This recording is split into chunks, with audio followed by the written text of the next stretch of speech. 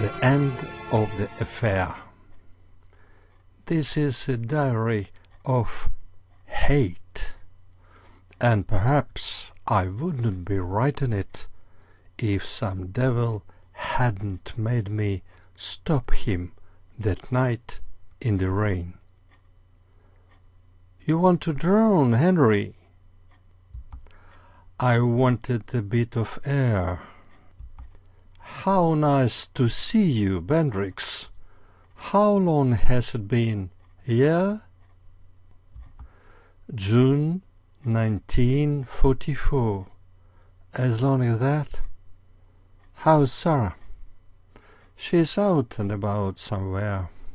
She at the cinema? No, she never goes. Good night, Henry. You could go home before you catch your death. Is something wrong? Let me take you home, Henry.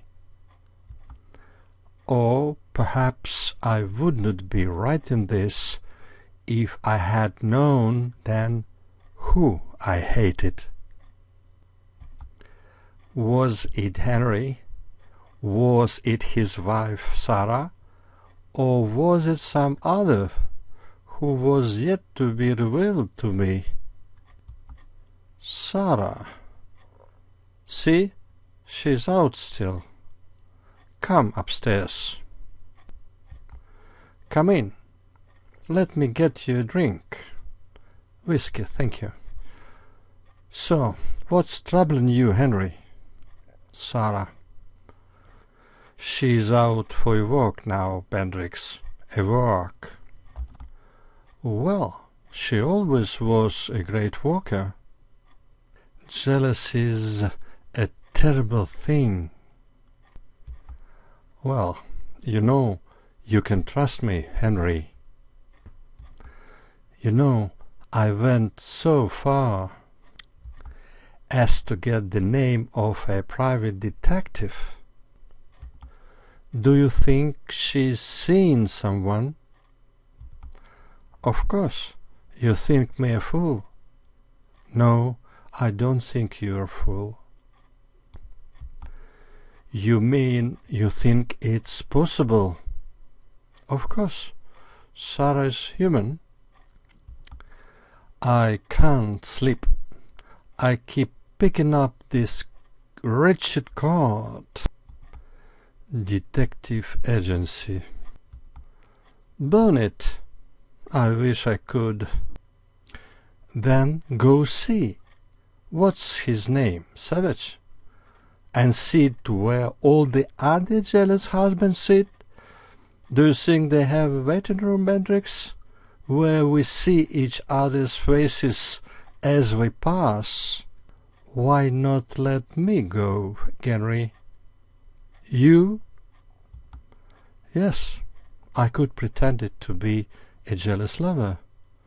Jealous lovers are less ridiculous than jealous husbands. They are supported by the weight of literature. Tragic, never comic. Think of Troilus. I shan't lose my amour propre. When I interview Mr. Savage, it's ridiculous. One's friend can't spy on one's wife and pretend to be her lover.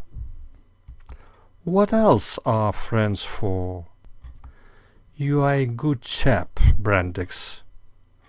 All I needed was to talk, clear my head. The name was Savage, and the address was 3 Weige Passage. Forget what I said. Doesn't make sense. I'll say doctor. That was the door. Sarah's coming. It's the maid. She's been to the pictures. Not, it was Sarah's step. Sarah, darling. You? Is that you? Been out for a walk? Yes. It's a filthy night. You are wet through, Sarah. You'll catch your death of cold. Good night. Like their well-appointed house, and I like them both the first night we met, drinking bad South African cherry, because of the war in Spain. Good evening, sir. May I take your hat? Mr. Miles is upstairs. Cherry, sir? Thank you. She seemed restless. In the summer of 1939, the whole of London was restless in the face of the coming storm. Sarah, this is our neighbour, the novelist chap. What's a novelist doing here? Research.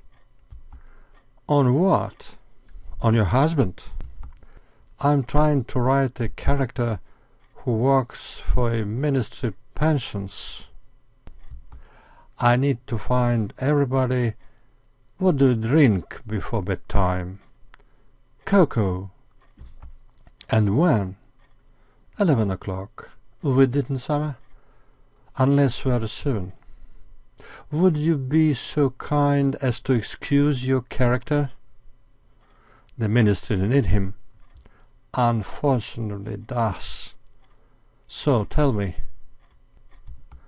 What? His secrets. Henry is a good man, Mr. Bendrix. He has no secrets. I was afraid you'd say that. You see, goodness has so little fictional value. But what does have fictional value? A Minister of Home Security. My husband's fictional? No, I'm saying he could be, in the right hands. Can we head away from the service for a moment? You mean change the subject? I meant fresh air, actually. Of course. How long have you been married? Is your character married? Yes, he's been married happily for 10 years. Henry is a perfect model then. We've been married 10 years. You know, the happiness is even harder to write than goodness. Henry prefers habit to happiness. We were discussing the house, darling. Let me feel that for you. It's a lovely house. My wife found it. Your wife is charming. She is a great help to me. Yes, I'm sure. They made a picture of one of your books, haven't they? Yes, it's playing at the Rialto. I'll take you both.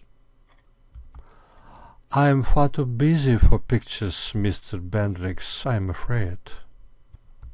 Should I know that? Make sure your character's never home before 10. Come on, Henry, for once. No, I can't, darling. But you go. No. Take her, Bendrix. With Sarah, one has to insist. Henry, it's not what I read. You can't keep saying that. It's true. I know. There was one scene you did write. Describe it. Where he offered her onions with her meal. She refused because her husband didn't like the smell. And he got angry. And why did he get angry?